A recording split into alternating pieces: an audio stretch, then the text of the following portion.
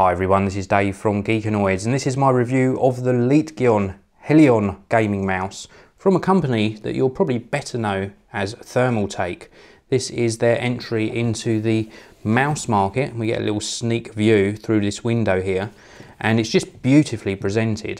So I'm going to unbox it for you now and then give you my opinion. So the first thing we get when we slide open the packaging is some details about the mouse.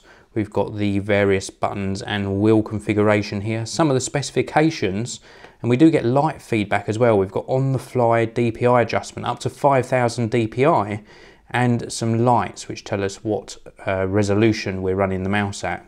We've also got some race switching here, which is like profiles that are controlled via a wheel. Let's have a look inside the packaging, and this is just really nicely thought out packaging. Look. We just open up like so and we're presented with the mouse.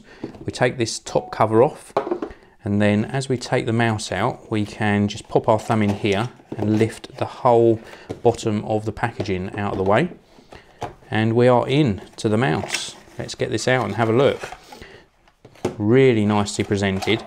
The only other things inside the box are some little glide pads which we can add to the bottom. When these run out, we've got a replacement set here, so nice that they include those. Now the first thing you'll notice with the Hellion mouse is we've got a braided cable. Very nice quality braided cable, a little sort of tie around it as well to keep everything neat and tidy. Standard USB connection. And then we've got the mouse itself. Let's have a closer look at this mouse. We've got fully configurable buttons all around the top of the mouse. We've got a very nice responsive click wheel in the middle here, and it's got a slight amount of resistance, so a slight ratchet to it, not as clicky as some mice, but a good amount of feedback. On the side here we have got an attack button. This is absolutely fantastic, and it's dedicated to making attacks during games, so nice that they've included this. Not too keen on the feel of it myself. It just feels a little bit sort of loose and plasticky, but nice that it's there. We have got some metal built into the sides as well to give it a little bit more rigidity. And then if we look round the back here, this is one of the LED portions to give you some feedback on your settings. And then on the bottom of the mouse, we've got some nice glide pads, the optical sensor, and then we've got this race switch for switching between profiles. And you can see here we've got default, number 2, and they've named them as well, which is quite funny. Terran, looks like ZZRG, Protoss, and Custom.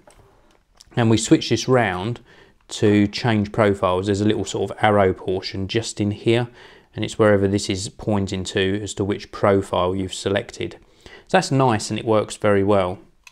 In the hand, it is extremely comfortable. It looks like a funny shape actually, but it's a very comfortable mouse to use. The glide pads are really nice, and the responsiveness of the buttons feels pretty much as you'd expect from a gaming mouse. There seems like there's a little bit too much play for my liking, but they still feel okay. Let me just give you that sort of front on so you can see how much travel we've got. So a fair amount of travel in these top two left and right buttons, but it is still nice and responsive. My only fear is that this material just feels a little bit cheap grade, and that worries me for this sort of price point mouse. But the actual performance in game has been very good. I like the position of these 2 extra buttons here, and the click wheel feels really nice, and the actual sort of profile of the mouse fits really nicely in the hand. It's not got too high a ridge, it's got sort of a medium ridge on the back, and it just feels very comfortable for prolonged use.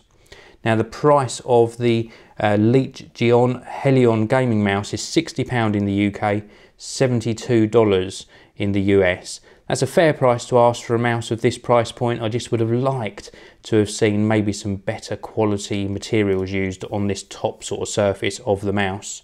I almost forgot to mention, you can also set the LEDs. There's a colour LED system in here.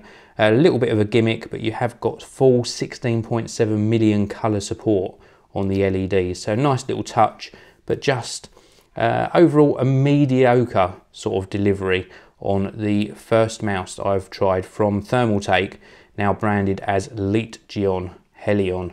Really nice. Thank you very much for watching. Please do give this video a thumbs up. Check the links underneath this video, and I will see you all in the next one.